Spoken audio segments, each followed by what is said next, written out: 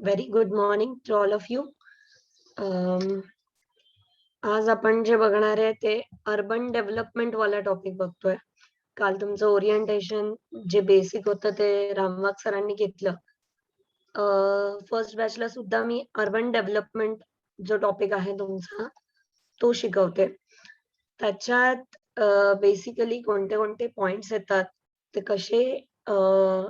कसे प्रश्न त्याच्यावर येतात, कोणत्या प्रकारचं किती डीप मध्ये जायचं आहे आपल्याला त्या लॉला घेऊन, किती गो थ्रू करायचंय ते सध्या आपण स्टार्टिंगला बघणार आहे की एक्झॅक्टली अर्बन डेव्हलपमेंटला घेऊन आपल्याला किती डीप मध्ये जायचंय आणि what is expected from this point, की किती आपल्याला लर्न करायचंय. Because most of the people हे सायन्स म्हणा किंवा आर्ट म्हणजे या बॅकग्राऊंड वरनं नसल्यामुळे मी एक क्लिअर गोष्ट सांगते की अर्बन डेव्हलपमेंट जेवढं तुम्ही जास्त वाचाल कॉमन सेन्स वाल्या गोष्टी, त्याच्यावर हे जास्त करून डिपेंड आहे.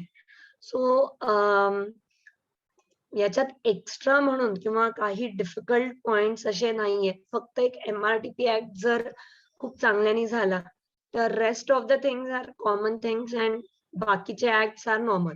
ठीक आहे. सो आपण काय काय घेणार आहे आणि कसं घेणार आहे ते एकदा पहिले बघून घेऊ. मी चालू करायचं ना मॅम, की we need to wait for some time.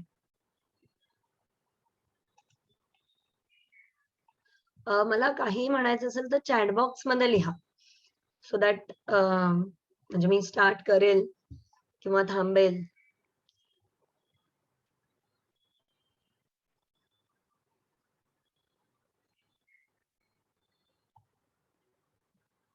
ठीक आहे, की स्टार्टच करायचे. Okay, so these are the topic की म्हणजे ज्या प्रकारे तुमचे क्वेश्चन बँक्स आहेत किंवा ज्या प्रकारे काय म्हणतात त्याला टॉपिक आहे, त्यानुसार हा क्वेश्चन बँक म्हणजे कोणत्या लॉज वर क्वेश्चन येतात, कसे ते आपल्याला शिकायचे ते एकदा आपण ओव्हरलुक करू and then will start with our urban development topic. ठीक आहे. सो तुम्हाला सगळ्यात अगोदर म्हणजे सिलेबस मध्ये ज्या पॉइंट्स दिलेले आहेत त्याला घेऊन आणि पेपर्सला घेऊन कोणते टॉपिक आपल्याला कव्हर करायचे ते पहिले आपण बघू. सो सगळ्यात इम्पॉर्टंट आणि जे प्रत्येक याच्यात विचारल्या जाते, प्रत्येक पेपर मध्ये आहेत तुमच्या, दॅट इज MRTP ऍक्ट. ठीक आहे. सो म्हणजे अर्बन डेव्हलपमेंटचा बायबल आहे MRTP act and yes, it is very important. याच्यावर तुम्हाला 4 ते 5 क्वेश्चन नक्की मिळतील. So we need to go thoroughly through the MRTP act till the section 127. थरोलीचा अर्थ काय आहे की प्रत्येक सेक्शन नंबर मध्ये बघा एक्सपेक्टेड क्वेश्चन सुद्धा काढलेले आहेत मी, आणि ते मी म्हणजे मागच्या वेळेसचे क्वेश्चन काय होतं ते मी दाखवते. काय आहे याच्यात, कधी कधी तुम्हाला सेक्शन नंबर विचारलेले आहेत, कधी कधी त्या सेक्शन मध्ये काय तरतूद केलेली आहे ते विचारले. सो तुम्हाला त्या पॉइंट्सला धरून MRTP ऍक्ट तरी खूप चांगल्याने करायचं आहे. ठीक आहे. हे झालं first point. Next is right to fair compensation and transparency in land acquisition, लारा. याच्यात काय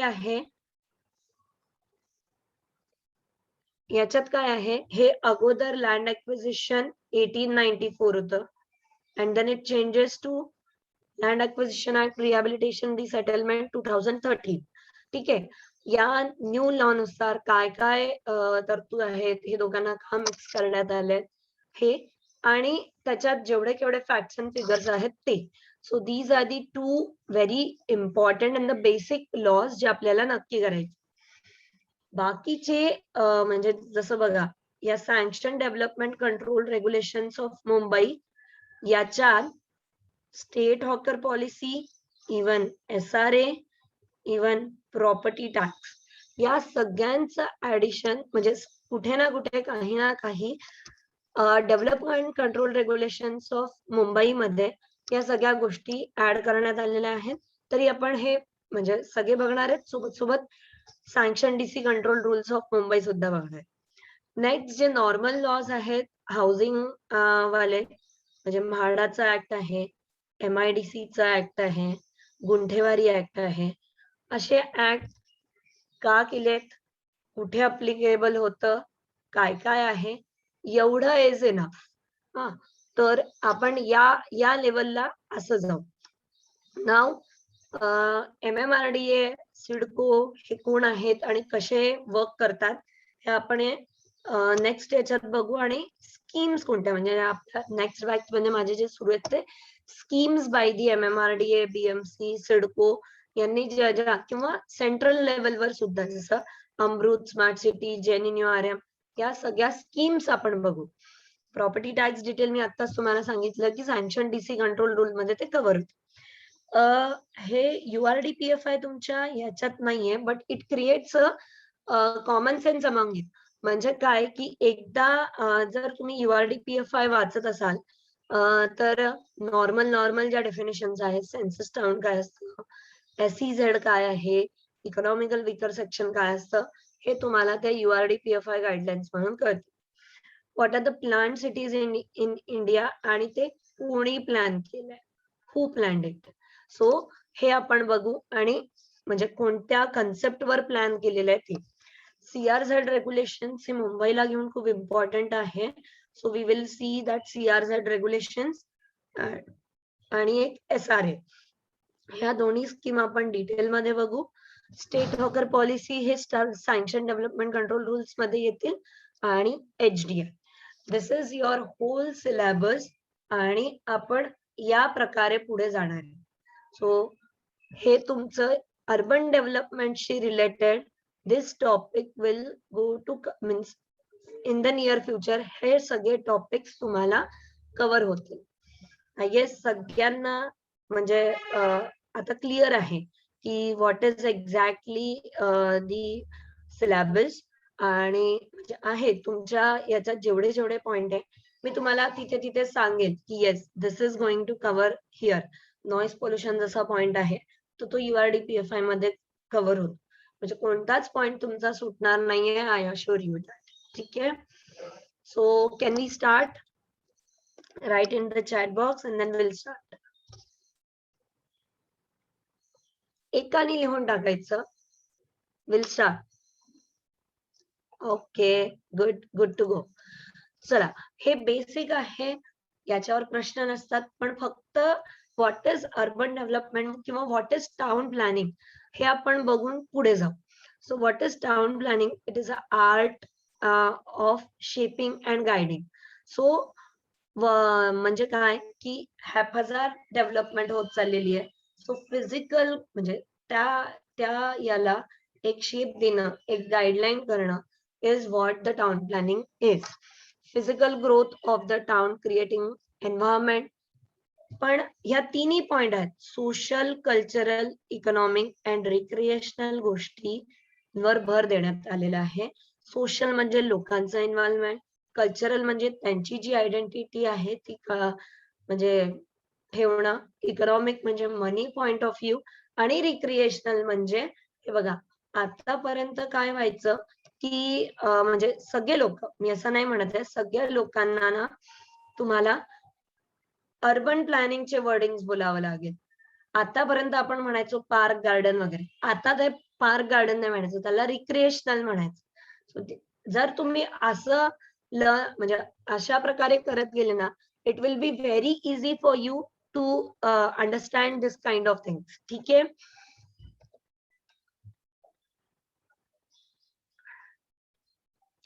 what are the objective of town planning? बघा म्हणजे काय एम आहे, टाउन प्लॅनिंग का करतात? ऑब्विसली मी जसं म्हणलं हॅपहॅझार्ड डेव्हलपमेंट. सो हेल्दी कंडिशन, त्या लँडचा राईट यूज झाला पाहिजे. म्हणजे बघा आता हा कॉमन सेन्स, म्हणजे मी म्हणते तुम्हाला town planning is nothing but the common sense about the uncommon people. का असं म्हणलं आहे? का? कारण की it is very common sense. आता जर माझ्याकडे एखादं लँड असेल जी रस्त्यावर असेल, so I will make much more commercial than the residential. म्हणजे मी मिक्स्ड यूज करेल, पण कमर्शियल तिथे जास्त चालत असेल तर I will make it commercial. Right use of land. जर मला एखादा स्टेडियम द्यायचं असेल तर is it necessary to give the stadium inside the city? No, it is useless. So मी स्टेडियम बघा, कोणतेही stadium is almost outside the city, है ना. So right use of land म्हणजे ज्या महागाच्या जमीन आहेत आणि is it going to use daily? No. So त्याला थोडं बाहेर ठेवलं पाहिजे. To ensure orderly development, to avoid the encroachment of one zone, to preserve the individuality and aesthetic looks. So this is the basic objectives of town planning. मी फक्त हे just का go through करते की तुम्हाला हे कळायला पाहिजे, कारण की मग उद्यापासून रिक्रिएशनल सेंटर्स म्हणेल, उद्यापासून मी ग्रीन झोन म्हणेल, उद्यापासून मी झोन्स म्हणेल. सो तुम्हाला कळायला पाहिजे व्हॉट इज झोन. ठीक आहे. So what is zones? Zones are the towns which are divided into suitable zone, that is commercial zone, residential zone, industrial zone. Land use आणि zone मध्ये फरक आहे, ते लक्षात ठेवा.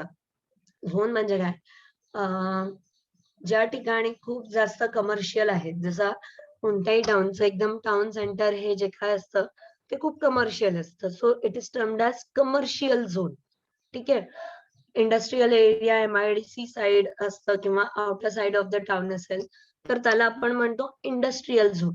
So depending upon a chunk of land, म्हणजे खूप खूप चंक ऑफ लँड जास्त हे असेल, majority of the land use is industrial, so it is known as the industrial zone.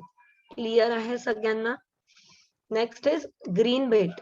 बघा, कोणताही टाउन, सपोज एखादा टाउन आहे तो वाढवण्या म्हणजे त्याला आपल्याला रेस्ट्रिक्ट करायचं असेल तर त्याला नॉन डेव्हलपमेंट झोन NDZ देतात. NDZ.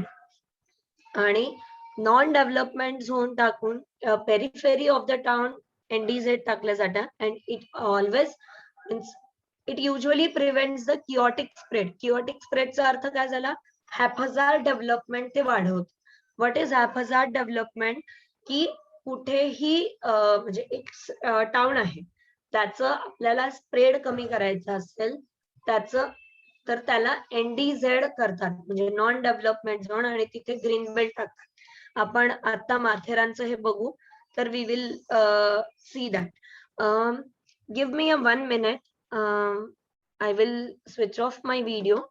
Just a minute.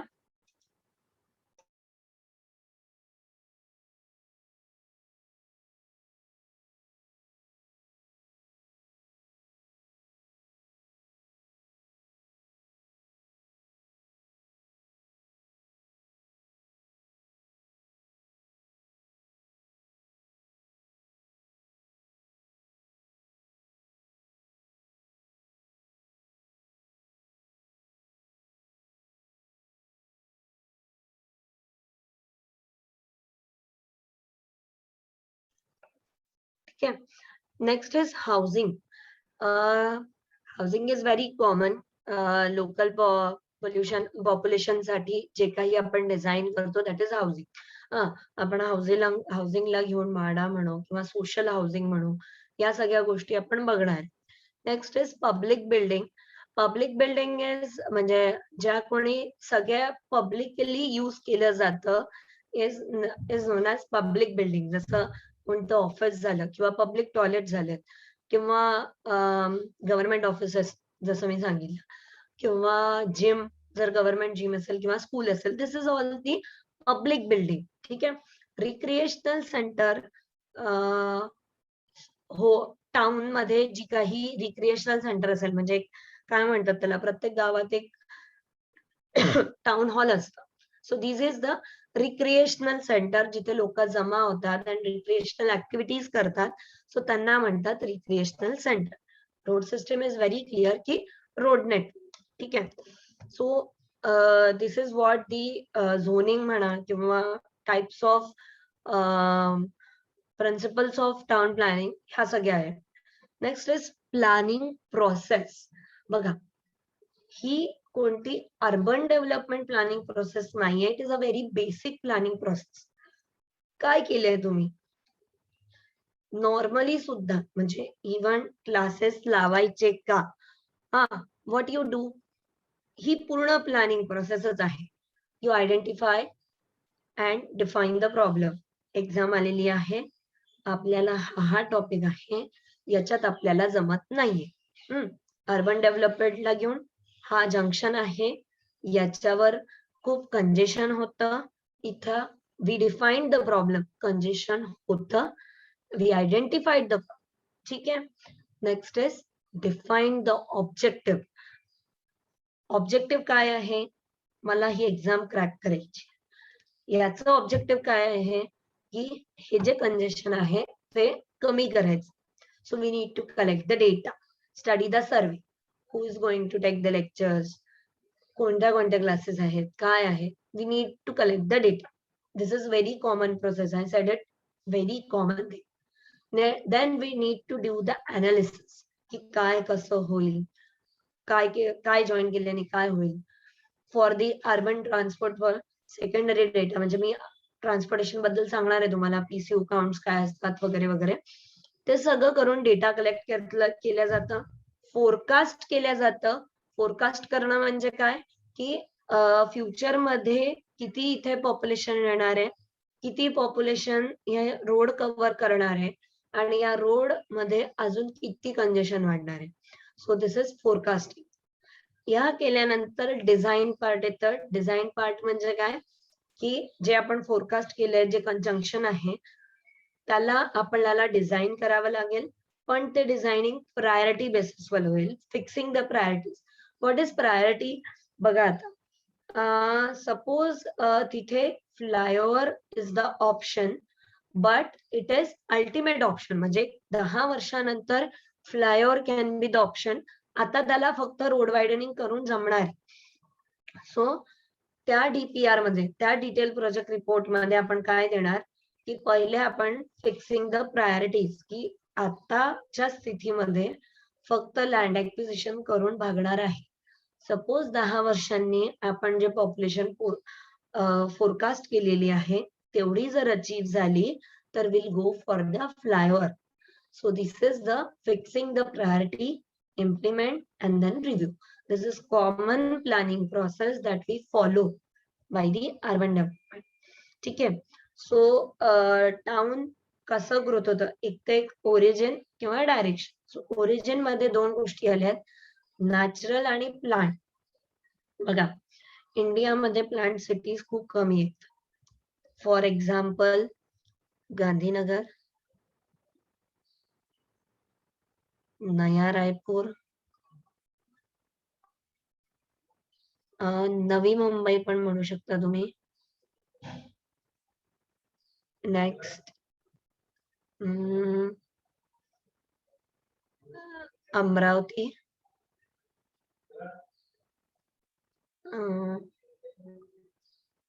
या सगळ्या प्लॅन्ट सिटीमध्ये. प्लॅन्ट सिटीचा अर्थ काय झाला, काहीच नाही, ब्लँक जमीन होती, हा, आणि त्याला आपण काहीतरी प्लॅनिंग केलेली आहे, म्हणजे फ्रॉम झिरो. आणि व्हॉट इज नॅचरल, की ऑलरेडी सिटी डेव्हलप्ड आहे, आणि ती कोणत्या प्रकारे डेव्हलप्ड आहे इज अ नॅचरल. सो आपण एक एक सिटी बघू आणि हे थोडं गो थ्रू करू, कारण की it is very little bit common sense. Natural growth concentric spread म्हणजे काय, कॉन्सेंट्रिक म्हणजे सेंटर ओरिएंटेड, ठीक आहे.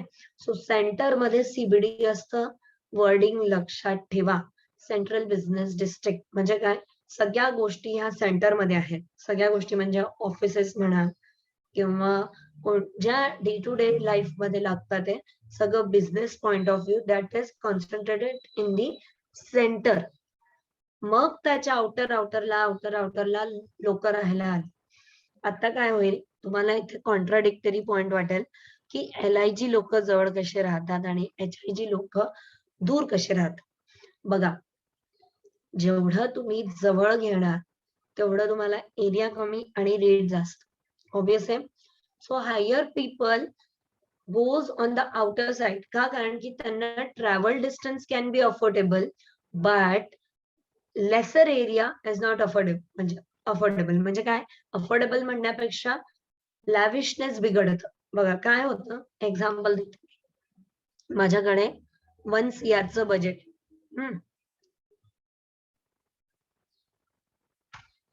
आणि इनर एरियामध्ये मला 500 स्क्वेअर फीट एवढी जागाचा मिळत आहे. आणि तोच मला थोडस आउटर एरियामध्ये 1000 स्क्वेअर फीट मिळत, 500 स्क्वेअर फीट. तुम्हाला हे म्हणजे तुम्ही हे कोणत्याही गावाला हे करून बघा, की जर सीबीडी जवळ तुम्ही घेतलं तर, म्हणजे मी पुण्याचं एक एक्झाम्पल देईल, की जेवढं कोणतेही मोठे प्रोजेक्ट जे आहेत किंवा ज्यांना सगळ्या अम्युनिटीज आहेत, ह्या शिवाजीनगर म्हणा या एरियात होतच नाही. का? कारण की तिथे लँड कॉस्टच एवढी आहे. सो फक्त जर तुम्हाला घर पाहिजे असेल, सिंगल बिल्डिंग पाहिजे असेल, तर it is going to be developed in the near to the CBD. But तुम्हाला तुम्हाला पाहिजे असेल, नाही मला जिमही पाहिजे आमच्या सोसायटीत, हे पाहिजे, स्विमिंग पूल पाहिजे, you need to go on the outer side. So this is. आणि LIG वाल्या लोकांना इज नॉट नेसेसरी. AWS लोकांना 25 स्क्वेअर मीटरची जागा तर खूप झाली, खूप मोठं घर झालं. So basically they tends to live as near as possible and HIG is moving outer side. हा, so this is what the concentric spread is. Next आहे सॅटेलाइट टाउन. आता बघा, सॅटेलाइट टाउनचा अर्थ काय झालाय, की एका सिटीवर खूप भर झाली, त्याच्यामुळे एका आउटरला एक सिटी बनवण्यात आली आणि त्याला म्हणले आहे, हा पॅरेंट सिटी आहे आणि this is child city. What is parent city and what is child city? बघा, your voice is breaking properly, poor connection, other please verify. Is it with everyone? माझा voice break होतोय?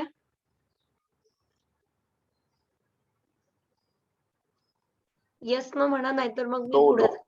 No ना? Okay okay sir, एकदा तुमच्याकडे check करा Anurag sir. May be किंवा मग असं कधी कधी होतं 1-2 मिनिटांसाठी ते ब्रेक होत असेल, बट आफ्टर दॅट होईल कंटिन्यू. ठीक आहे. सो पॅरेंट सिटी आणि चाइल्ड सिटी. आता याच्यात काय होतंय, काउंटर मॅग्नेट टाइप. बघा, मी वर्ड वापरत आहे, तुम्हाला ते लक्षात का ठेवायचे, because this is what counter magnet म्हणजे काय. पॅरेंट वर खूप भार झालं म्हणून एक बाजूला काहीतरी झालं, की लोक will attract there. Counter magnet Gandhinagar. त्या अहमदाबादवर एवढं भार झालेलं म्हणून ते Gandhinagar as a child city काढली. I know it is the capital, but गांधीनगरला चाइल्ड सिटी काढली आणि लोक त्याच्यावर, म्हणजे ऍक्च्युली तिथे काय केलेलं, की जेवढे ऑफिसेस होते अहमदाबादमध्ये त्यांना उचलून त्या गांधीनगरमध्ये टाकून दिलं, सो दॅट इथला लोड कमी होईल आणि लोक इकडे जातील. बिकॉज इथे खूप एज्युकेशनल इन्स्टिट्यूट पण आहेत, इवन टेक्सटाईल मार्केट खूप चांगलं आहे. सो ऑफिसेसचा अजून भर वाढत चाललेला, म्हणून त्यांनी offices shifted to Gandhinagar. And this is parent child. महाराष्ट्रात म्हणाल तर actually Mumbai, Navi Mumbai satellite town नाहीये, ते आता ऑलमोस्ट ट्विन सिटी झालेल्या आहेत. मी चाकण आणि पुणे म्हणू शकेल. ऍक्च्युली काय झालंय, Pune is known as educational hub, आता तर IT पण हब. चाकण हे नाव जर कोणी ऐकलं असेल तर Chakan is known as automobile hub. ठीक आहे. सो जर त्या एज्युकेशनल हब मध्ये, IT हब मध्ये अजून तुम्ही ऑटोमोबाईलही टाकलं असता तर त्या सिटीला खूप जास्त भर झाला असता, त्या सिटीवर खूप जास्त ताण आला असता, म्हणून त्याला काउंटर मॅग्नेट केलं. म्हणजे काउंटर मॅग्नेटचा अर्थ काय होतो, एखादी गोष्ट तुम्ही दुसरीकडे घेऊन ठेवली तर लोक तिकडे जायला स्टार्ट होतात की रोज रोज इकडे न जाता तिकडे, आणि इव्हन राहायला सुद्धा तिकडेच जातात की वाय टू ट्रॅव्हल मोर, राहायचं पण त्या सिटी चाइल्ड टाउन मध्ये. म्हणून चाकण जे आहेत ते खूप डेव्हलप झाले. पण याच्यात काय क्रायटेरिया असतात, हा जो मेन टाउन आहे तो मोठाच असतो, तो पॅरेंट असतो. हा, चाइल्ड टाउनला स्वतःच ULB असतं, स्वतःच अर्बन लोकल बॉडी असतं, स्वतःच लोकल गव्हर्नमेंट असतं. म्हणजे त्याला प्रत्येक गोष्टीवर पॅरेंट याच्यावर डिपेंड राहण्याची गरज नाहीये, फक्त काही गोष्टींवरच तो पॅरेंटवर डिपेंड राहतो. आणि ते आहेत, म्हणजे आता बघा, चाकण आणि पुण्याला जर आपण एक्झाम्पल घेतलं तर चाकणचे लोक एअरपोर्ट म्हणा किंवा रेल्वे म्हणा याच्यासाठी फक्त पुण्यावर डिपेंड. त्यांना त्यांची स्वतःची अर्बन लोकल बॉडी आहे, ते स्वतः काय म्हणतात, त्यांना स्वतःचे निर्णय स्वतः घेतात. म्हणजे अर्बन लोकल बॉडी म्हणजे तिथली जी काही अर्बन लोकल बॉडी आहे ती स्वतःचा निर्णय स्वतः घेत. So this is what the parent आणि चाइल्ड. तर ही ॲज गुड ॲज सगळं असतं या चाइल्ड मध्ये. म्हणजे ULB असतं, सगळे शॉपिंग सेंटर्स असतात, सगळं हाऊसिंग असतं, प्रॉपर गाव आहे हा, फक्त काही गोष्टींसाठी depends upon the parents. This is what the satellite town is. त्याला फक्त काउंटर मॅग्नेट करण्यात येत. Next is ribbon development. रस्त्याच्या अलॉंग झालेल्या डेव्हलपमेंटला रिबन डेव्हलपमेंट म्हणतात. सांगली मिरज म्हणा, मी तर म्हणजे सांगली मिरज मी नाही व्हिजिट केलंय, सो मी तुम्हाला एक नगर एक्झाम्पल इथे सांगेल. अलॉंग द रोड गाव वाढत चाललेलं आहे, चाललेलं आहे, चाललेलं आहे. नगरला तुम्ही बघाल तर सुपापासून तर नगर संपेपर्यंत रोडच रोड आणि fully developed. So along the ribbon, म्हणून त्याला रिबन डेव्हलपमेंट म्हणतात. अलॉंग द रोड डेव्हलपमेंट होत जातोय. ठीक आहे, म्हणजे डायरेक्ट खूप जास्त गोथ्रू करायची गरज नाहीये या सगळ्या, पण फक्त कोणत्या कोणत्या टाईपचे बघा नावावर्ण करतात. सॅटेलाइट कुठेतरी दूर असत, कॉन्सन्ट्रेट गोल गोल गोल गोल. हा, त्याच्यानंतर ribbon development along the road. Ideal town मध्ये काय असायला पाहिजे, सगळ्या रिसोर्सेसचं अवेलेबिलिटी, इलेक्ट्रिसिटी म्हणा, वॉटर सप्लाय म्हणा, क्लायमॅटिक कंडिशन चांगल्या पाहिजे, कंट्रोल्स ऑफ एरिया, ड्रेनेज, या सगळ्या कॉमन गोष्टी आहेत विच शुड हॅव, म्हणजे खूप चांगला इम्पॅक्ट या सगळ्या गोष्टींचा असायला पाहिजे. सो इथपर्यंत जे आहेत ते बेसिक, म्हणजे मला फक्त तुम्हाला ते नावं माहिती करून द्यायचे होते. हा काउंटर मॅग्नेट्स आहे का, हा म्हणजे हे विचार करायला तुम्ही स्टार्ट कराल. सो इथपर्यंत जे होतं ते बेसिक होतं.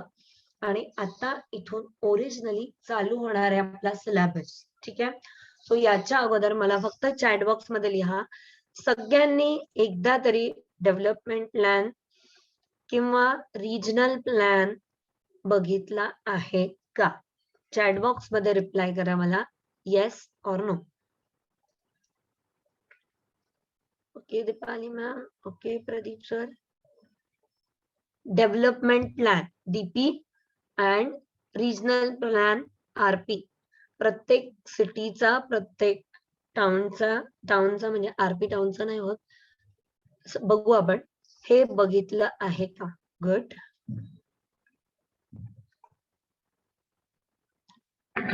2 नो 3 येस. चला, 19 लोकांपैकी 4 लोकच इंटरेस्टेड आहे.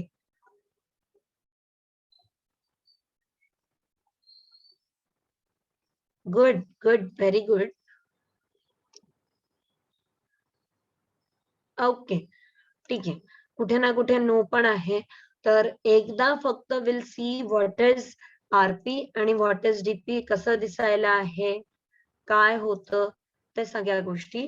And then will start with the Bombay town planning act 1915, 1954, and then आपलं एम 1966. या तिन्ही गोष्टीला आपण बघू आणि मग बघू आपण काय काय होतं. सो एकदा जस्ट विल गो थ्रू, काय म्हणतात त्याला, RP आणि DP. One sec. ऍक्च्युली मुंबईचं DP आणि RP मध्ये तुम्हाला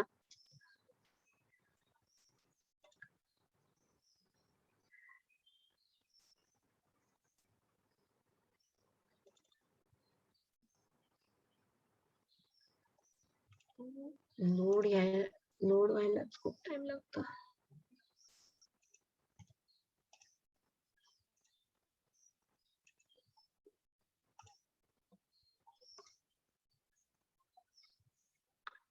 दिसतंय का सगळ्यांना?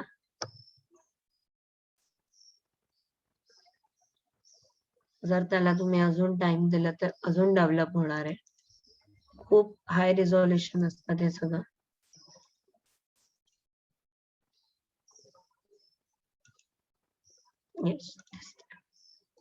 ठीक आहे. So this is the regional plan of Mumbai city. Regional प्लॅनचा अर्थ काय झाला आणि डेव्हलपमेंट प्लॅन बघा. का मी हे म्हणजे फर्स्ट बॅचला सुद्धा मी हे का दाखवते पहिले, याचं एक बेसिक रिझन आहे की जेव्हा तुम्ही लॉज वाचायला जाल ना, आरपी आणि डीपी मध्ये काही डिफरन्स नाही वाटत. असं वाटतं कंटेंट ऑफ आरपी पण सारखे येते आणि कंटेंट ऑफ डीपी पण सारखे. मग what is the difference between the both of them? So एकदा आरपी आणि डीपी बघा, you will understand what is the difference. बघा, आता हा आरपी आहे आणि आरपी कोणासाठी बनतो तर depending upon the objective of the RP. ऑब्जेक्टिव्हचा अर्थ काय झालाय की मला इको सेन्सिटिव्ह, जसं माथेरानला वेगळं काढून त्याला इको सेन्सिटिव्ह झोनचं आरपी बनवलंय. तर जिथे जिथे इको सेन्सिटिव्ह झोन आहेत त्यांना एकत्र करून इज टू मेक, म्हणजे एक कॉमन प्रोसेस आहे की पूर्ण डिस्ट्रिक्टचा आरपी बनतो. कॉमन प्रोसेस नो, पण it is not necessary that की पूर्ण डिस्ट्रिक्टचा आरपी बनेल. त्याच्यात जर सेम कॅरेक्टरिस्टिक्स असेल, जसं अमरावती, अकोला सगळीकडे, पूर्ण अमरावती डिस्ट्रिक्ट मध्ये चिखलदरा वगैरे हा पार्ट सोडला म्हणजे hilly area, rather than everything is सगळे कॉमन गोष्ट आहे. हा, सो जर अमरावतीचा डीपी बनवायचा असेल, मी बघितलं नाहीये, तर त्याच्यात ते चिखलदरा ऍड केलेले आहेत की नाही ते बघावं लागेल. सो एका सिमिलर कॅरेक्टरिस्टिक, जसं नागपूरचं बघाल तर नागपूरचं बेस्ट एक्झाम्पल होईल. नागपूरमध्ये काय, नागपूर मेट्रो म्हणून डेव्हलप होते, पण नागपूरला लागून पेंच प्रकल्प आहे. सो त्या पेंच प्रकल्पाला तुम्ही मेट्रोचं संकल्पना नाही देऊ शकता. सो त्यावेळेस तुम्ही काय करणार, त्याच्यात तुम्ही त्याला हे बनवणार, काय म्हणतात त्याला, इको सेन्सिटिव्ह झोन म्हणून त्याचं वेगळं करणार. आणि नागपूरचा जो डीपी बनणार त्याच्यात फक्त द विलेजेस और the town which is going to develop in the form of metro त्यांनाच फक्त इन्व्हॉल्व्ह करणार, बाकीच्यांना सोडणार. जसं नागपूरच्या ह्याच्यात 2-3 तालुके अर्धे घेण्यात आले, बाकीचे तालुके पूर्ण घेण्यात आले, नागपूर सिटीला सोडून देण्यात आलं. So this is what the regional प्लॅनचे काय म्हणतात त्याला, एरिया कसा डिसाइड करतात. आता या मॅप मध्ये बघा, हा पूर्ण आरपी आहे आणि हे बघा, हा जे येल्लो येल्लो पॅचेस आहेत ना, दिस येल्लो पॅचेस आर काय म्हणणार, ते तिथे अर्बनाइज्ड एरिया आहे. ते तिथले गावं आहेत. ठीक आहे, हे जे आहेत ते तिथले गावं आहेत. म्युन्सिपल काउन्सिल किंवा जे काही असं, म्युन्सिपल काउन्सिल, कॉर्पोरेशन, या सगळ्या गोष्टी हे येल्लो पॅच मध्ये जेवढे दिसते तुम्हाला ते आहे. ठीक आहे, आता ह्या ज्या येल्लो पॅचचा डीपी बनतो आणि पूर्ण डीपी ला घेऊन आणि जो आउटर एरिया आहे यांना सगळ्यांना घेऊन आरपी बनतो. क्लिअर, म्हणजे जे काही मी म्हणत आहे तुम्हाला थोडंफार कळतंय का, की जो हा इनर पोर्शन आहे, आता इथे हा बघा, हा आय गेस पनवेल आहे की काय आहे. हा, या पनवेल साठी, सपोज इट इज अ पनवेल, या पनवेल साठी कुठेही लँड यूज मार्क केलेला आहे का, की कुठे कमर्शियल आहे, कुठे रेसिडेन्शियल आहे, कुठे पब्लिक बिल्डिंग नाही. इट इज येल्लो ढोकळा फक्त आणि तो तिथे टाकलेला आहे. हा, आणि याचं काय डिटेलिंग आहे ते आपण डीपी मध्ये बघू. ज्यांनी आरपी आणि डीपी नाही बघितलंय त्यांना हे क्लिअर झालंय का, फक्त मला चॅट बॉक्स मध्ये सांगा.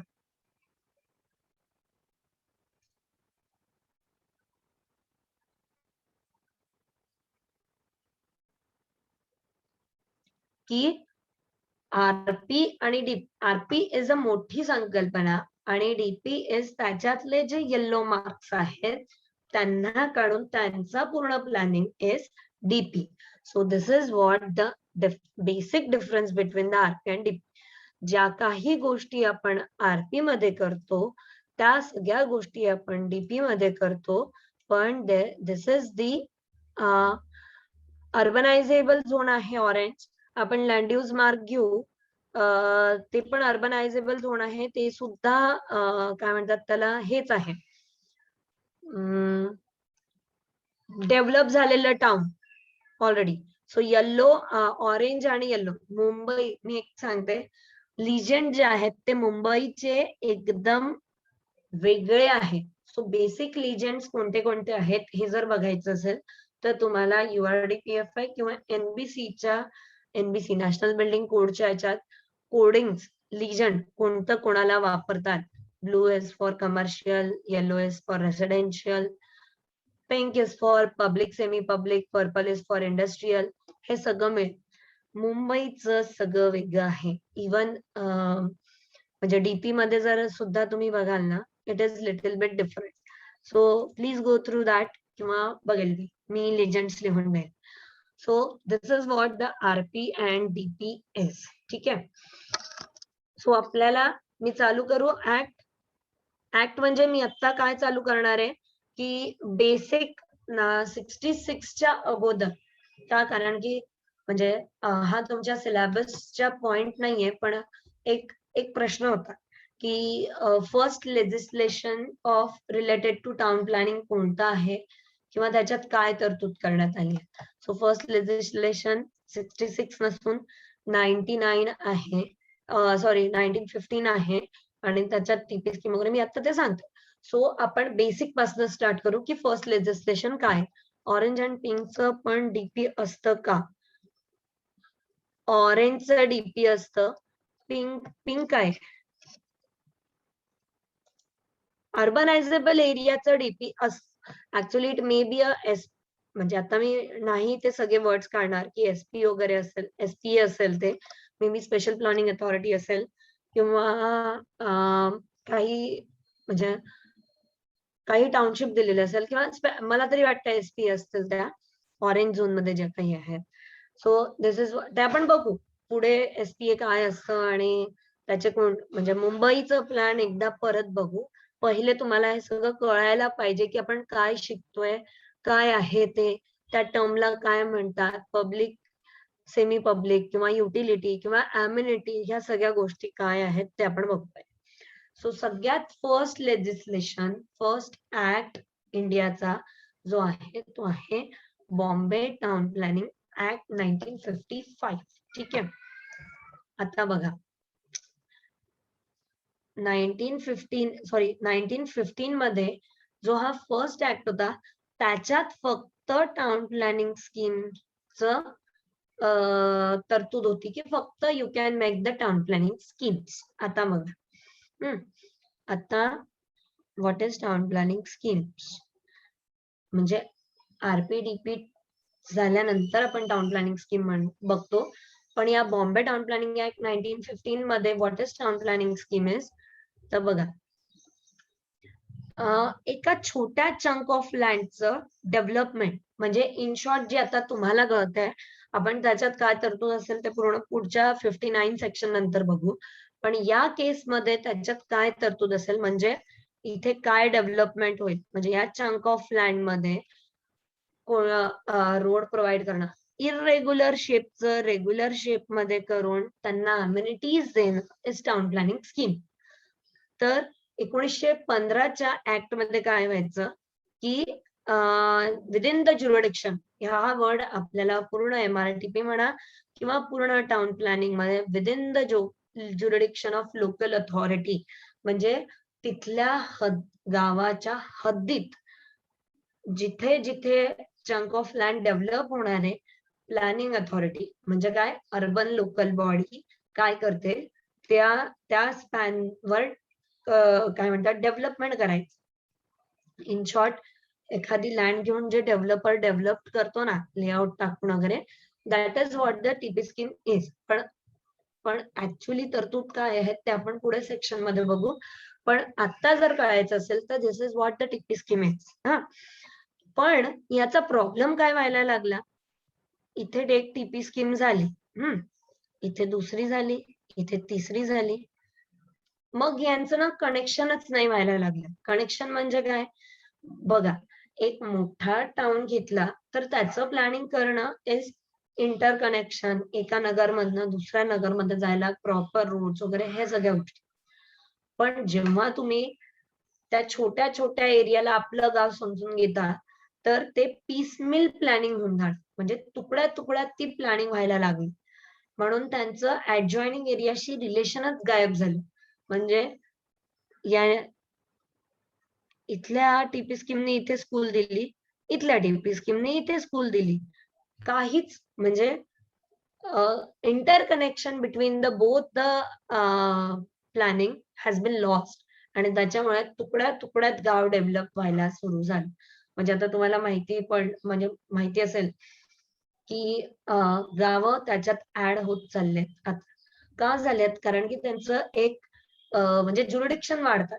का वाढतात, की बाहेरच्या एरिया सुद्धा याच्यात मर्ज व्हायला लागले म्हणून वाढतात. पण हे 1915 मध्ये काय व्हायचं, इथे कोणी डेव्हलप केलं, इथे कोणी डेव्हलप केलं, इथे ही हद्द एवढी मोठी आहे, पण डेव्हलपमेंट अशी चंक मध्ये झाली. So obviously water supply provide करायचं असेल, इकडे करा, इकडे करा, इकडे करा, अँड इट बिकम्स व्हेरी किओटिक. म्हणजे प्लॅनिंग करून सुद्धा किओटिक स्प्रेड झालंय. सो 1915च्या ऍक्टला बदल करण्याची नीड भासायला लागली. आता what is expected questions for that. First town planning legislation of the country कोणता आहे? सेकंड, 1915 मध्ये कोणत्या याची तरतूद करण्यात आली? TP scheme, development plan, regional plan, all of the above. Next question. Third question, what happened with the town planning schemes in 1915? What was the problem over there? तिथे काय प्रॉब्लेम होता? It create a piecemeal planning which have a no relation with adjoining area. बाजूच्या एरियाशी त्याचं काहीच relation राहिलेलं नव्हतं. ठीक आहे. So this is the basic reason that we need. आपल्याला 1915चा ऍक्ट बदलण्याची गरज भासली. ठीक आहे. एवढे जे मी डार्क केलेले आहेत तेवढे पॉइंट्स तुम्हाला लक्षात ठेवायचे for the town planning act 1950. तो चेंज झाला. मग 54 मध्ये ऍक्च्युली महाराष्ट्र वेगळा नव्हता तेव्हा. म्हणजे महाराष्ट्र म्हणजे त्याच्यात it comprising of Saurashtra, Kutch, Gujarat, Vidarbha, Marathwada असा मोठा महाराष्ट्र होता तेव्हा. तर त्या 15ला रिप्लेस करून 54 जे आलं त्याला फर्स्ट टाइम डेव्हलपमेंट प्लॅन नावाची कन्सेप्ट आहे. का बघा, हा तुमचा टाउन होता आणि हे पीसमिल प्लॅनिंग होत होतं. पण आता जर डेव्हलपमेंट प्लॅन नावाचा कॉन्सेप्ट आला तर पूर्ण एरिया डेव्हलप होईल. म्हणजे हा पूर्ण असा होईल, एवढं डेव्हलप होईल. आणि जर त्याच्यात तुम्हाला करायचं असेल तर मग टीपी स्कीम करा. So it gives a relation between, म्हणजे ही पीसमिल प्लॅनिंग करणार नाही. It gives a relation between the DP, म्हणजे all the town planning scheme मधला एक रिलेशन बांधणारा गोष्ट आली, त्याला म्हणतात डेव्हलपमेंट प्लॅन. कळले आहे का की व्हॉट इज डीपी? म्हणजे व्हॉट इज डीपी म्हणजे तो प्रॉब्लेम कसा सॉल्व्ह झाला. आता नेक्स्ट प्रॉब्लेम आला. काय येतो नेक्स्ट प्रॉब्लेम? हा एक गाव झाला, हा दुसरा गाव झाला, हा तिसरा गाव झाला. आता या टाउन मध्ये पीस मिल झालं, म्हणजे हे टाउनचं इंटर रिलेशन नाही झालं. So we need to feel that comprehensive प्लॅनिंगचं नीड भासायला लागले. की कॉम्प्रिहेन्सिव्ह प्लॅनिंग म्हणजे एकत्रित प्लॅनिंग, we need the comprehensive planning, एकत्रिता पाहिजे. सो 1966 जन्माला आलं आणि या सगळ्या एरियाला घेऊन रिजनल प्लॅन बनलं. आत्ताच आपण बघितलं सगळे डीपी ना मिळून जे बनलेले आहेत दॅट इज रिजनल प्लॅन. कळलं का? की 15 मध्ये काय झालं, 54 मध्ये काय झालं आणि 66 का जन्माला आलं? का? कारण की त्याच्यात रिजनल प्लॅनची तरतूद आहे, डीपीची तरतूद आहे, टाउन प्लॅनिंग स्कीमची आहे, न्यू टाउन पण आहे. या सगळ्या गोष्टींची असल्यामुळे एक कॉम्प्रिहेन्सिव्ह प्लॅनिंग ऍक्ट जन्माला आलं and that is MRTP act 1966. It is a Bible. म्हणजे सगळं काही तुम्हाला मिळेल MRTP ऍक्ट मध्ये and this is very important act as a कोणत्याही एक्झाम द्या related to Maharashtra. MRTP act is very important. ठीक आहे.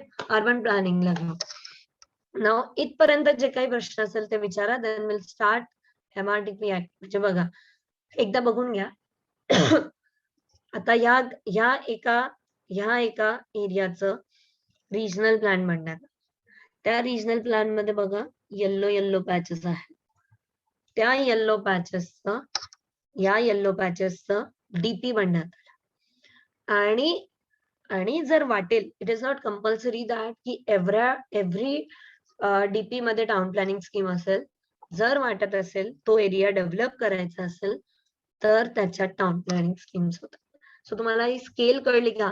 की मोठ्या चंक ऑफ लँड मधनं एखादं डिस्ट्रिक्ट कन्सिडर केलं.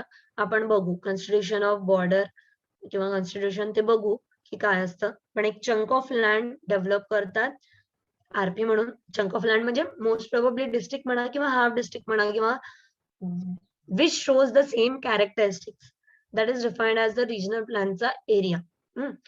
तो चंक ऑफ लँड होता. मग त्या चंक मधला जो येल्लो पॅच आहे त्याचं डेव्हलपमेंट प्लॅन बनतं आणि त्या डेव्हलपमेंट प्लॅन मध्ये कुठे जर असेल तर त्याचं टाउन प्लॅनिंग स्कीम म्हणतं. दिस इज व्हॉट दी काय म्हणतात त्याला स्केल्स. आरपी मोठा, त्याच्यात जो कोणता एखादा आहे तो डीपी आणि त्या डीपी मधला एखादा सेक्शन इज TPS. चला प्रश्न विचारा. Then will move forward. कारण की आता न्यू काहीतरी स्टार्ट करणार आहे आपण. इथे जे काही प्रश्न असेल ते क्लिअर करू and then will move forward. चला पटापट विचारा किंवा काही नसेल तर ऑल क्लिअर म्हणून पुढे जाऊ. मी सांगते अर्बन डेव्हलपमेंट जर काय म्हणतात त्याला इंटरॅक्टिव्ह सेशन नाही ठेवला तर it will create a problem among you.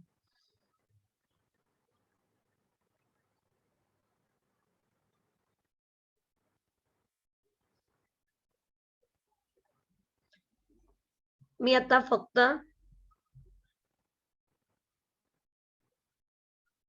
oh my god, please repeat the definition of satellite town.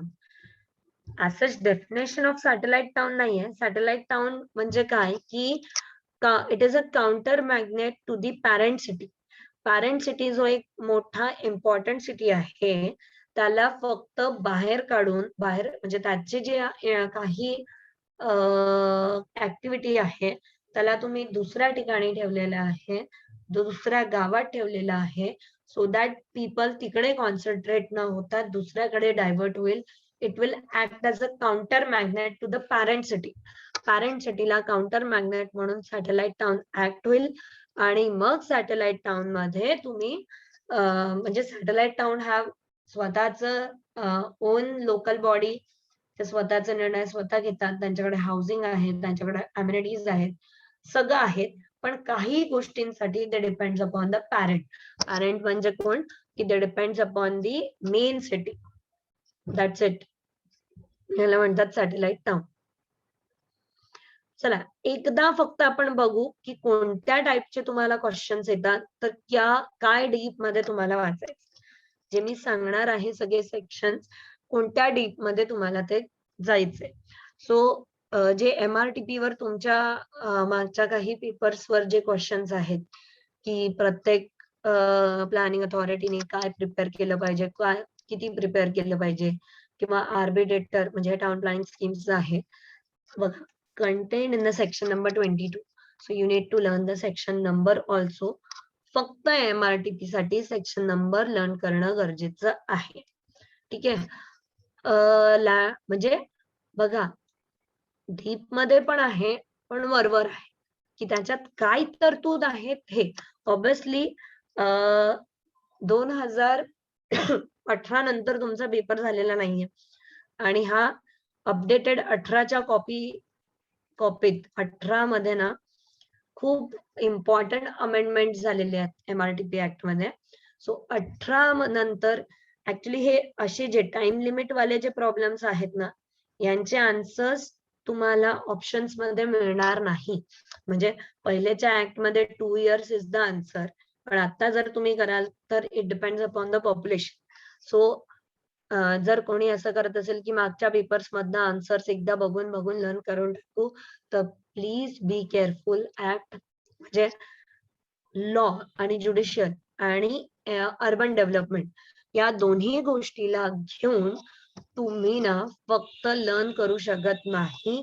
का? कारण की law is updated every year. म्हणा कधी कधी जे काही अमेंडमेंट्स असतात ते अपडेट होत राहतात. MRTP ऍक्ट मध्ये 2018 मध्ये अपडेटेड झालेला आहे आणि त्या 18च्या अपडेटमुळे काय झालेलं आहे की तुमचा पेपर आय गेस लास्टली 17 मध्ये झालेला आहे.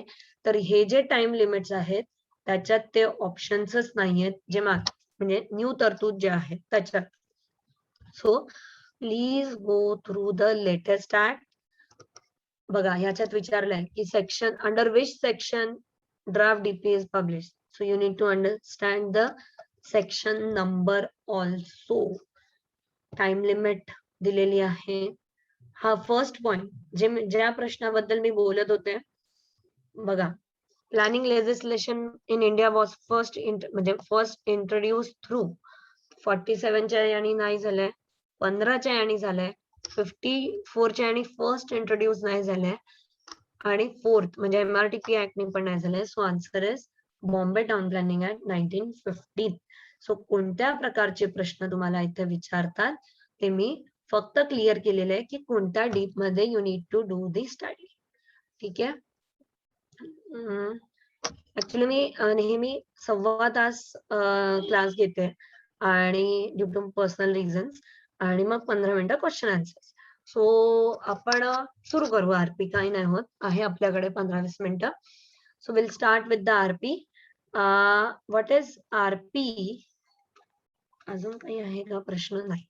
चलो will start with the RP. Section number 3 ते सेक्शन नंबर 20 पर्यंत रिजनल प्लॅनच्या तरतुदी देण्यात आलेल्या आहेत. ठीक आहे. नाव बघा काय झालंय.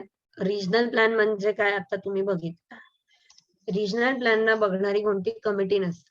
हा म्हणजे ऑलरेडी एक्झिस्टिंग कमिटी नसते. जर मी एखाद्या गावाचं प्लॅनिंग करणार आहे तर तिथे तिथली अर्बन लोकल बॉडी असते. पण रिजनल प्लॅन मध्ये किती एरिया घ्यायचा किती एरिया नाही घ्यायचा who decided? State government decide. ठीक आहे. सो सेक्शन नंबर 3 आणि हा सगळ्यात फर्स्ट स्टेप आहे establishment of region and alteration of its limit. म्हणजे काय? स्टेट गव्हर्नमेंट काय करतं? Alters the limit. आणि ते कसं करतात? इट अंमल म्हणजे 2 रिजन एकत्र करतात किंवा एक रिजनचे 2 भाग करतात किंवा हाफचं वेगळं करतात आणि हाफचं वेगळं करतात. सो डिपेंडिंग अपॉन, मी तुम्हाला म्हणलेलं, depending upon the characteristics of that area regional प्लॅनचा लिमिट डिसाइड करण्यात येत. रिजनल प्लॅनची लिमिट कशी डिसाइड करतात? तर depending upon the characteristics of the area, depending upon the objective of regional plan. म्हणजे जर मला इको सेन्सिटिव्ह रिजनल प्लॅन बनवायचा असेल तर व्हॉट विल आय डू? जे इको सेन्सिटिव्ह एरिया आहे तो कन्सिडर करेल and I declare this as a regional प्लॅनचा रिजन. बट जर मला मेट्रो डेव्हलप करायची असेल तर मी मेट्रो नियरिंग फ्युचर मध्ये कोणत्या सिटीज मेट्रो, कोणते विलेजेस, कोणते टाउन मेट्रोच्या अंडर मध्ये येणार तर ते मी डिसाइड करते. 2 रिजन एकत्र पण करू शकते आणि that I decide as a establishment of region and alteration of its limit. A plan showing the boundaries of the region are established under this section and shall be available for inspection. बघा, it is very transparent process. तुम्ही जे काही करणार you need to publish म्हणजे जे काही करणार आहे प्लॅनिंग अथॉरिटी म्हणा किंवा आता इथे रिजनल प्लॅनिंग कमिटी येतं येईल आपल्याला पुढे, तर त्या लोकांना ते रिजन जो तुम्ही रिजन एस्टॅब्लिश केला आहे, की सपोज या पुण्याच्या याच्यात मी एवढे गावं रिजनल प्लॅन मध्ये समाविष्ट केलेले आहेत, पण हा गाव सोडला आहे, हा गाव घेतलाय, हा गाव सोडलाय. सो असं असं करून काहीतरी माझं रिजनल प्लॅनचं रिजन बनण्यात आलंय. सो आय पब्लिश, म्हणजे आय म्हणजे कोण आहे, आता मी इथे ना गव्हर्नमेंट आहे, गव्हर्नमेंट नाही म्हणणार मी त्याला, अर्बन लोकल बॉडी. कधी कधी माझ्या तोंडातनं आय म्हणजे मी पब्लिश करते किंवा तुम्ही असं निघतं. सो प्लीज मेक शुअर की आपण काय बोलतो.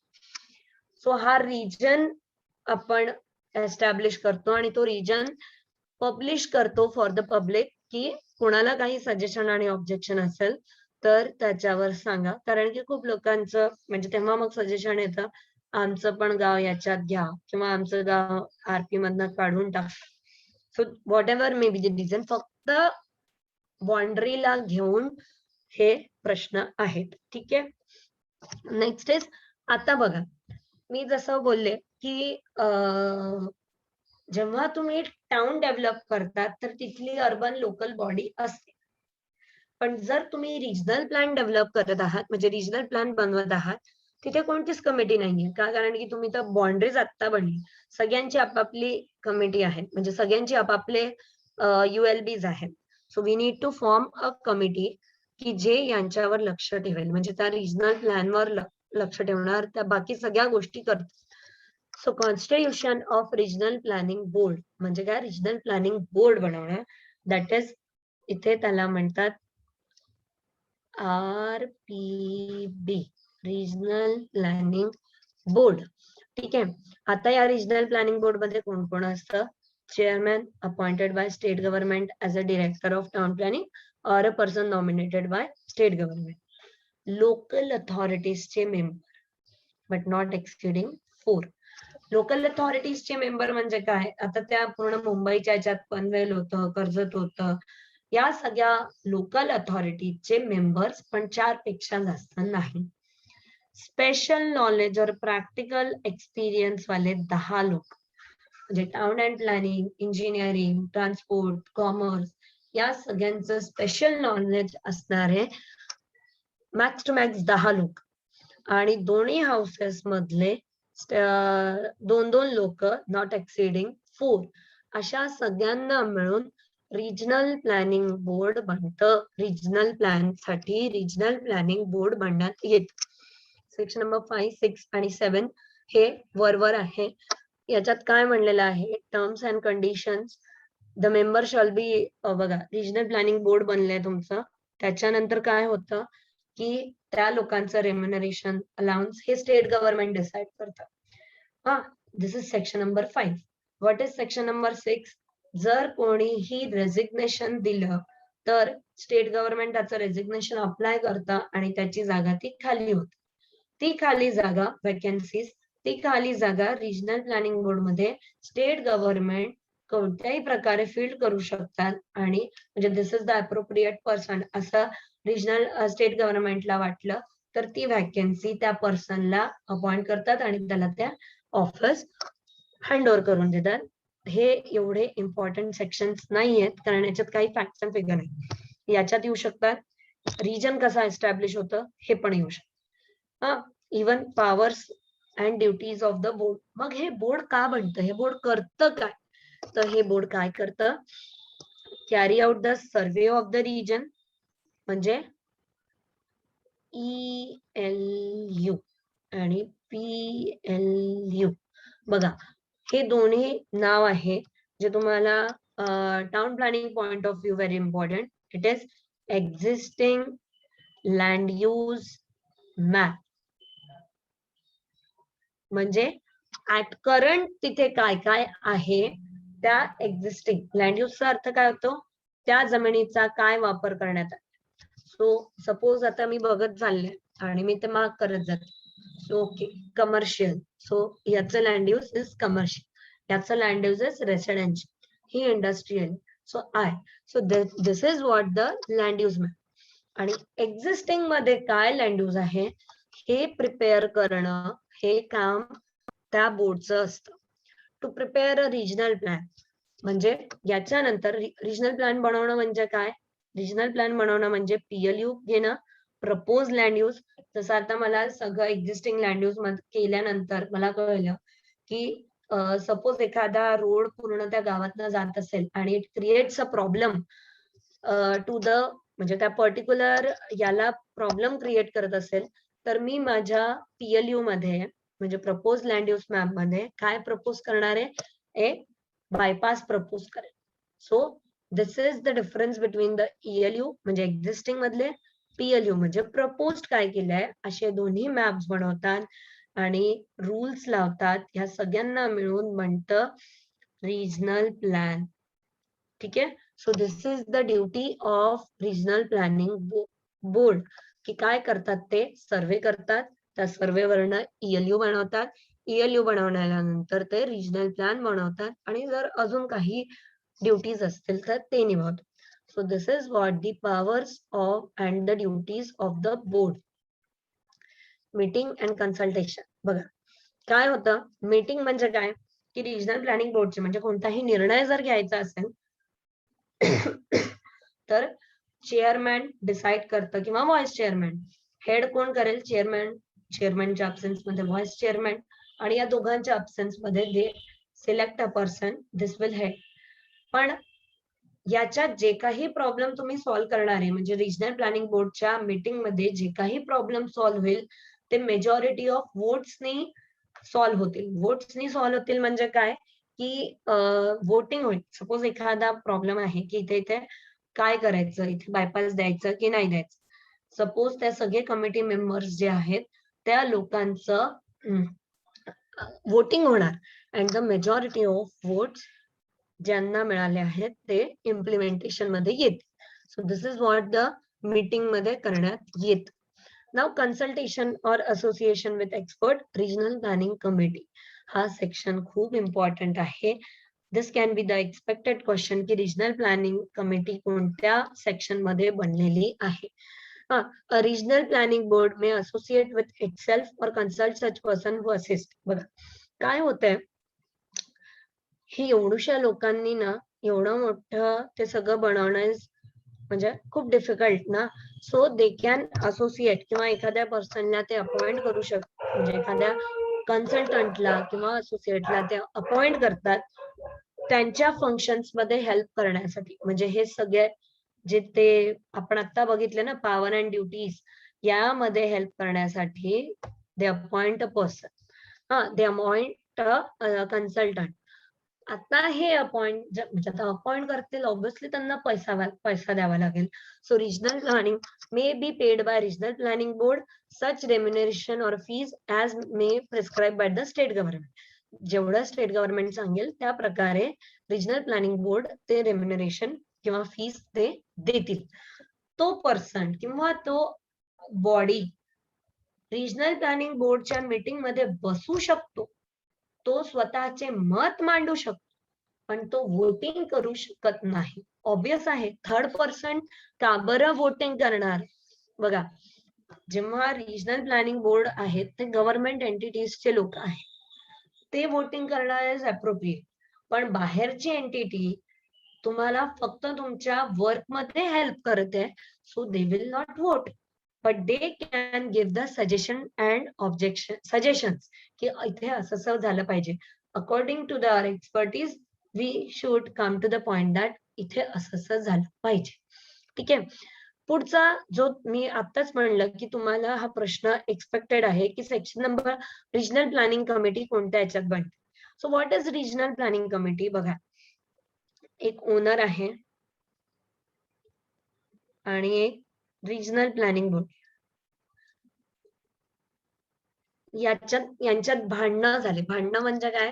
यांच्यात काही सजेशन आणि ऑब्जेक्शन, हे आपण वर्ड आता थ्रू आउट द लॉ म्हणू की सजेशन आणि ऑब्जेक्शन ऐकण्यासाठी एक कमिटी बसवण्यात येतं, त्याला म्हणतात रिजनल प्लॅनिंग कमिटी. म्हणजे काय की ओनरचं जे काही मत आहे ते RPB ऐकेल. ऑब्विसली RPBनी स्वतः बनवलेलं आहे, त्यांना वाटेल नाही आम्ही प्रॉपर केली, आणि ओनरला असं वाटेल की माझं मत बरोबर आहे. सो आपण काय करतो, नेहमी जज जवळ जातो ना, तसंच हे दोघंही मिळून रिजनल प्लॅनिंग कमिटी जवळ आपापल्या तक्रारी करतील. तक्रारी म्हणजे सजेशन आणि objection by the people is submitted to regional planning committee, आणि त्याच्यात consist of town planning officer and 2 others members of the regional planning board यांचा समावेश करून रिजनल प्लॅनिंग कमिटी बनण्यात येतं. आणि हा रिजनल प्लॅनिंग कमिटी सजेशन आणि ऑब्जेक्शन ओनर कडनं ऐकतं आणि ते रिजनल प्लॅनिंग बोर्डला सबमिट करेल. हे आपण पुढे अजून डिटेलमध्ये बघू. पण formation of regional planning committee is under section number 10. हे तुम्हाला लक्षात ठेवायचं आहे. सेक्शन नंबर 10 मध्ये रिजनल प्लॅनिंग कमिटीची स्थापना झालेली आहे. ठीक आहे, आपण आज तरी सेक्शन नंबर 10 पर्यंतच थांबू, ड्यू टू म्हणजे माझा आवाज पण बसलेला आहे आज. तर आपण आज सेक्शन नंबर 10 पर्यंतच बघणार आहे. सो एकदा मी पहिले रिवाइज करेल, मग तुम्ही मला प्रश्न विचारा. ठीक आहे, आता बघा आपण काय काय केलं सेक्शन नंबर 3 मध्ये. सगळ्यात अगोदर जेव्हा मी आले, आपण प्लॅनिंग प्रोसेस बघितलेली. I identify the problem. So मला प्रॉब्लेम जर माहिती करायचा असेल तर मला रिजन माहिती करावं लागेल. रिजन माहिती करावं लागत असेल तर मला म्हणजे माझी बाउंड्री माहिती करावं लागेल. सो स्टेट गव्हर्नमेंट काय करतं, रिजन एस्टॅब्लिश करतं. रिजन एस्टॅब्लिशमेंट म्हणजे काय, आयदर दोन्ही रिजन एकत्र करतात किंवा एका रिजनचे 2 तुकडे करतात, what ever it may be. So first point is establishment of region. आणि ते रिजनचं मॅप जे आहे ते लोकांच्या इन्स्पेक्शन साठी कलेक्टर ऑफिस मध्ये ठेवल्या जात. ठीक आहे, मग रिजन तर झालं डिसाइड, पण याला बघणार कोण. So we constitute the regional planning board. या रिजनल प्लॅनिंग बोर्ड मध्ये कोणते कोणते मेंबर्स आहेत हे तुम्हाला लक्षात ठेवायचे आहेत. इवन सेक्शन नंबर सुद्धा लक्षात ठेवायचं आहे. So members of local authority not exceeding 4. State government एक डिरेक्टर अपॉइंट करतं, स्पेशल नॉलेज वाले 10 लोक आणि दोन्ही हाऊस मधले 2 लोक. या सगळ्यांना मिळून रिजनल प्लॅनिंग बोर्ड बनतं. ठीक आहे, हे 5, 6, 7 एवढे इम्पॉर्टंट नाहीये, पण वी गो थ्रू दॅट की कंडिशन्स काय आहेत. कोणी एखाद्याने रेजिग्नेशन दिलं तर त्याची वॅकन्सी स्टेट गव्हर्नमेंट कशी भरू शकते. What is power and duties of that board. तर ते लोक सर्वे करतात, एक्झिस्टिंग लँड यूज मॅप बनवतात, त्या लँड यूज मॅप वरनं रिजनल प्लॅन बनवतात. व्हॉट इज रिजनल प्लॅन, त्याच्यात PLU प्लस जे काही रूल्स असतील, रेस्ट्रिक्शन्स असतील, डेव्हलपमेंट कंट्रोल रेग्युलेशन्स असतील, ते त्याच्यासोबत पब्लिश होतात. आणि बाकी काही ड्युटीज असेल तर ते परफॉर्म करतात. त्यांच्या मीटिंग मध्ये काय होतं, either it is headed by chairman, chairman नसेल तर व्हाईस चेअरमॅन, आणि हे दोघंही नसतील तर ते अपॉइंट करून जातील की today he will be the म्हणजे हेड ऑफ द मीटिंग. पण नेक्स्ट सेक्शन नंबर 10 मध्ये आपण काय बघितलं की रिजनल प्लॅनिंग कमिटी म्हणजे कमिटी तर नंतर आली, पहिले आपण याच्यात काय बघितलं की ते जे सर्वे आणि ते बनवायचं आहे त्याच्यासाठी जर रिजनल प्लॅनिंग बोर्डला कोणाची हेल्प लागत असेल तर ते can appoint a person or a consultant. जर त्यांनी ते कन्सल्टंट अपॉइंट केलेला आहे, पण तो मीटिंग मध्ये बसू शकतो, सजेशन देऊ शकतो, अपोज करू शकतो, पण तो वोट करू शकत नाही. त्याचं वोटिंग इम्पॉर्टंट नसतं. हे क्लिअर झालंय. Yes, what is next important, regional planning committee बनली जाते. रिजनल प्लॅनिंग कमिटी हे अंडर सेक्शन नंबर 10 बनते. ते का बनते, कारण ओनर आणि रिजनल प्लॅनिंग बोर्ड मधले जे ओनर कडच्या साइडनी जे काही सजेशन आणि ऑब्जेक्शन आहेत ते रिजनल प्लॅनिंग कमिटी ऐकून घेते आणि then they submitted to the regional planning board. So this is what up to the section number 10. कोणाकोणाला जे काही प्रॉब्लेम असेल चॅट बॉक्स मध्ये विचारा.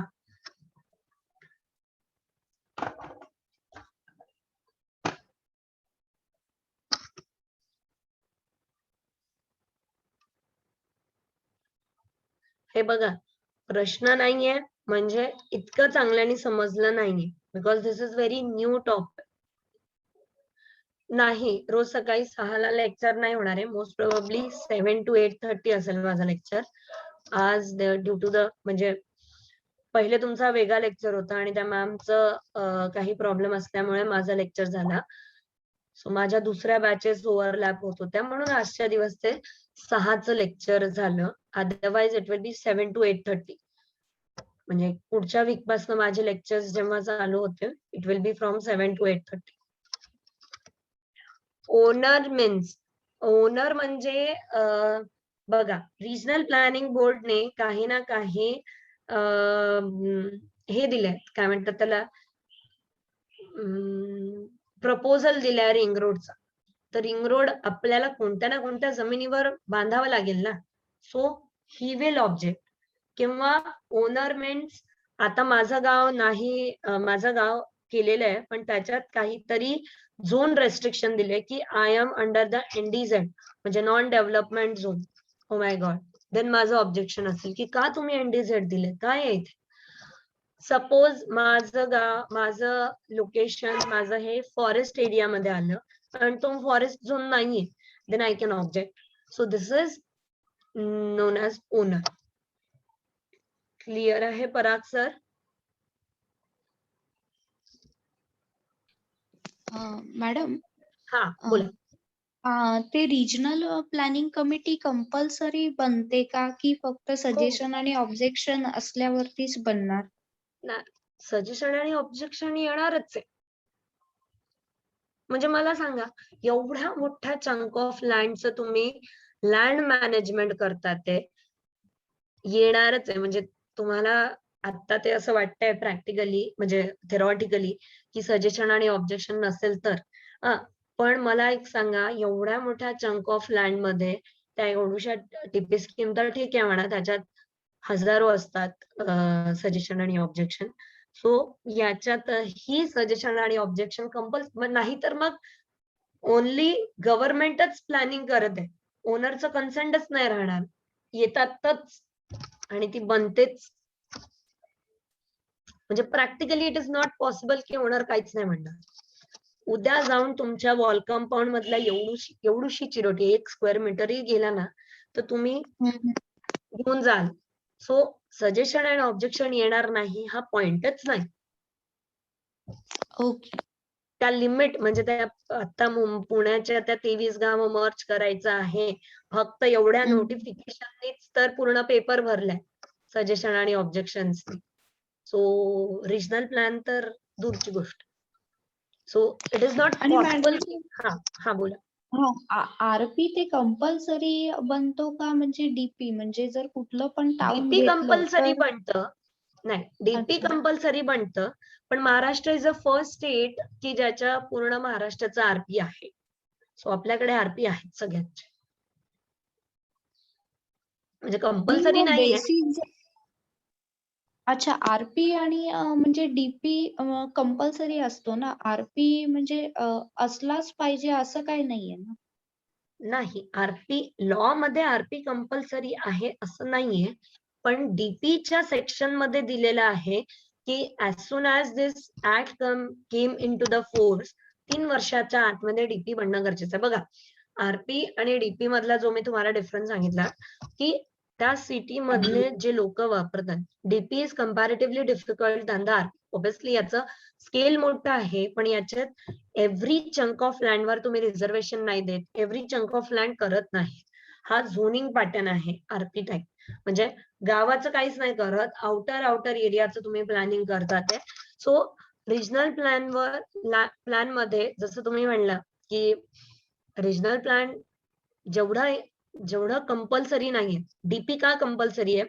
उद्या जाऊन जर डीपी कंपल्सरी नाही केलं तर हॅपझार्ड डेव्हलपमेंट होईल. ज्यांना जिथे वाटेल तिथे त्याचं येल्लो मार्क होऊन जाईल. येल्लो मार्क म्हणजे नॉन ऍग्रिकल्चर प्लॉट बनवून ठेवतील ते लोक. म्हणून डीपी असणं गरजेचं आहे. जर त्या सगळ्या अथॉरिटी जवळ पैसे उरले आणि पैसे आहेत तर आरपी करा. म्हणजे लॉ मध्ये कुठेच फोर्सफुली नाहीये की एव्हरी म्हणजे chunk of land should have RP. Yes, पण लॉ मध्ये आहे की एव्हरी चंक ऑफ म्हणजे town should have the DP. कळलंय मॅम? हो, ओके, थँक्यू मॅडम. अजून क्लिअर आहे? आणि बघा मॅडम जे हा एक एक्स्ट्रा माणूस तुम्ही म्हणाला की रिजनल प्लॅनिंग बोर्ड मध्ये जर त्यांना नॉलेज नसेल तर तो बाहेरचा माणूस येऊन सजेशन वगैरे करेल. तर मग त्याच्यासाठी काही क्रायटेरिया वगैरे की त्याला नॉलेज असलं टेंडर पाहिजे निघतं किंवा प्रॉपर, एज्युकेशन? टेंडर निघतं. माणूस म्हणा किंवा एखादं कन्सल्टंट फर्म म्हणा, जसं क्रिसिल वगैरे जे मोठे फर्म्स आहेत ते अपॉइंट होतात आरपी वगैरे साठी. प्रॉपर टेंडर निघतं, क्रायटेरिया असतं सर्वेवाला. सगळ्या टेंडर फॉर्मॅट मध्ये होतं, ओपन टेंडर असतं आणि 10 करोड म्हणजे सगळ्यांचं वेगवेगळं असेल हा. ऑब्व्हियसली मुंबई आणि पुणे, औरंगाबाद, नागपूर इट इज म्हणजे डिपेंडिंग अपॉन दी काय म्हणतात potential of the RP region. Sir त्याच्या क्रायटेरिया वेगळ्या आहेत की कोण कोण अप्लाय करू शकतं. तुमच्याकडे 10 अर्बन प्लॅनर पाहिजे, 10 इकॉनॉमिस्ट पाहिजे, 10 हे पाहिजे. सगळ्यांचे टेंडर्स वेगळे असतात. आम्ही टेंडरिंग सुद्धा करतो, तर आम्हाला माहिती आहे की व्हॉट दे एक्सपेक्ट. सो आरपीचे जेवढे केवढे आहेत ना, सो आरपी मध्ये क्रिसिल म्हणा, टीसी म्हणा, असेच लोक अपॉइंट होतात. म्हणजे आय एफ एस एल तर गेली म्हणा, काय म्हणतात त्याला, all India local self government. म्हणजे हे नामांकित कंपनीज आहेत अर्बन प्लॅनिंग रिलेटेड. ठीक आहे. हो मॅडम. अजून कोणाला काही प्रश्न?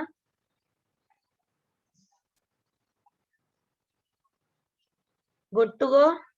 हे बघा फर्स्ट डे आहे, थोडस बंबार्डिंग झालं असेल. ऑब्व्हियसली न्यू टॉपिक आहे ते, आणि एवढ्या लवकर इवन सिव्हिल इंजिनियर लोकांना सुद्धा एवढ्या लवकर ह्या सगळ्या टॉपिकशी कनेक्ट होणं थोडं वेळ लागतो. पण मी सांगते तुम्हाला, जे डेली आपलं होतं तेवढं वाचत चला, it will become very easy. तुम्ही दुसऱ्या बॅचला विचारा, त्यांना अर्बन प्लॅनिंग मध्ये इंटरेस्ट यायला लागलेत. इवन तुम्ही लॉ किंवा कोणत्याही सब्जेक्टला घेऊन मी म्हणेल की एकदा त्याच्या ऑब्व्हियसली तुम्ही त्याच्याशी कनेक्टेड नाहीये, प्लीज गो थ्रू डेलीच्या डेली जेवढं होतंय. आणि पूर्ण स्पून फिडिंग वर तुम्ही हे नका राहू. आता मी एवढं झालंय तर आज काय करू शकता तुम्ही, एखादा आरपी बघायचं, त्याचं लिजंड बघायचं, त्याचं काय काय आहे बघायचं. MMRDAच्या वेबसाईटवर सगळं काही मिळतं, सगळं काही. MMRDAच्या वेबसाईटला जा, प्लॅनिंग सेक्शन मध्ये जा, you will get everything over that. ठीक आहे. आणि मॅडम MRTP ऍक्ट असा तो 2018 चा वाचायचा की ही PPT वाचली तर सफिशियंट होऊन जाईल? बघा सफिशियंट होईल हा, पण मी कधीच असं म्हणत नाही की ओनली गो थ्रू दॅट. मी म्हणेल पहिले पीपीटीचं प्रत्येक छोटा ना छोटा पॉइंट लर्न करा, and then you have a time, तर मग त्या ऍक्टनी जा. कारण की ऍक्ट डिफिकल्ट आहे, एवढं इझी नाहीये ऍक्ट वाचणं हा. आणि त्याच्यातलं जे इम्पॉर्टंट आहे ती ही पीपीटी आहे. जर तुमचं एकदा समजलं की वी आर एकदम थरोली झालेत म्हणजे सगळे सेक्शन पीपीटी मधले, देन आणि तुमचं सगळं सिलेबस आला असेल तर गो थ्रू द MRTP ऍक्ट. 6 म्हणजे सीओईपीतले 2 वर्षातले 1 वर्ष पूर्ण आम्ही फक्त MRTP ऍक्ट शिकलोय. So it is not that much easy. Okay. So हा, पहिले तुम्ही हे करून टाका आणि मग MRTP ऍक्टला हात लावा. का? कारण की इट इज नॉट, म्हणजे आता याच्यात मी जेवढे सेंटेन्स घेतले ना, हे अर्धे पण सेंटेन्स नाहीयेत. अजून याला पण क्लॉज आहे. पण म्हणजे ते एवढं डिटेल मध्ये तुमच्या लेवलला, BMC असिस्टंट कमिशनरच्या लेवलला तेवढं डिटेल मध्ये सध्या जायची गरज नाही. Even the working people with the town planning department, त्यांना सुद्धा एवढ्या डीप मध्ये अजून ते गेलेले नाहीयेत प्रत्येक तरतूद. बिकॉज इट इज व्हेरी, म्हणजे प्रत्येक गोष्टीचं सोल्युशन इज MRTP. सध्या नका जाऊ, दिस इज द सजेशन. पण जाऊच नका इज नॉट अ सजेशन. आहे time, well and good, go through it. Novel सारखं वाचा. आणि मॅडम याच्यासाठी फक्त कुठलं असं वेगळं बुक नाहीये ना, फक्त हा ऍक्टच करायचा ना आम्ही?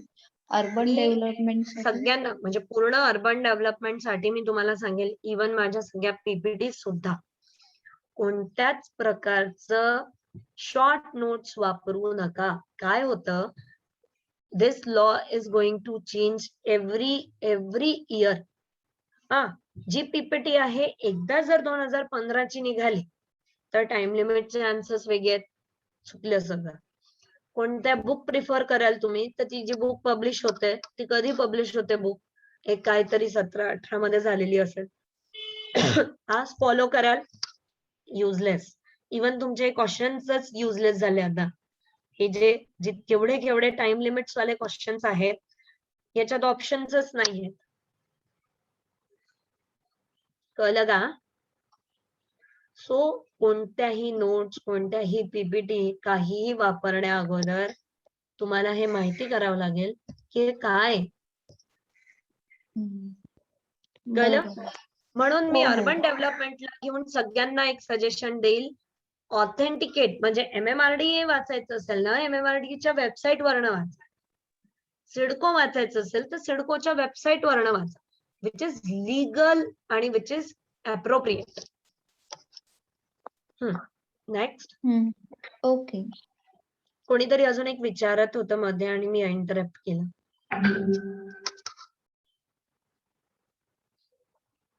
All clear? ठीक आहे. सो हे लॉज आहेत, दुसरी कुठूनही वाचू नका. इवन मी तर म्हणेल म्हणजे माझी पीपीटी वाचा का, कारण की मी आता सगळे अपडेट केलं आहे. पण जर टाइम मिळाला तर please go through the MRTP act also. चलो, विल स्टॉप हिअर. आणि उद्या आपण म्हणजे जे कोणता पुढचा लेक्चर असेल तर मग will continue with the section number 11. पण म्हणजे आता संध्याकाळच्या बॅचला सवय झाली की नेक्स्ट सुरू करण्या अगोदर वी हॅव द क्वेश्चन्स, म्हणजे क्वेश्चन आन्सरिंग सेशन होतं आमचं नेहमी. आणि त्या क्वेश्चन आन्सरिंग सेशन मध्ये जे कोणते 10 पर्यंत सेक्शन्स आहेत त्याच्यावर प्रश्न विचारेल मी तुम्हाला, and then will go forward. ठीक आहे. चलो, take care, have a nice day.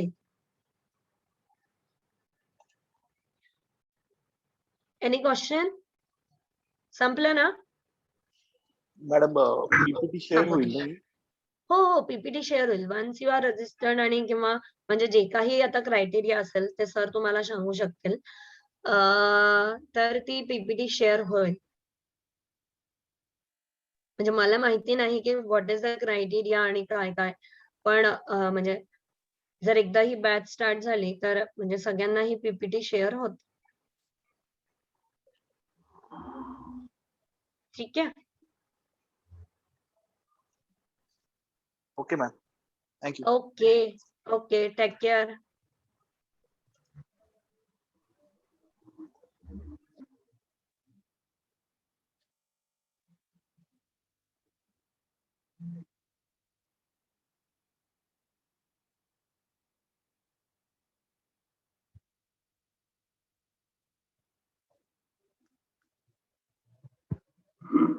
दोन तास म्हणते, 1 तास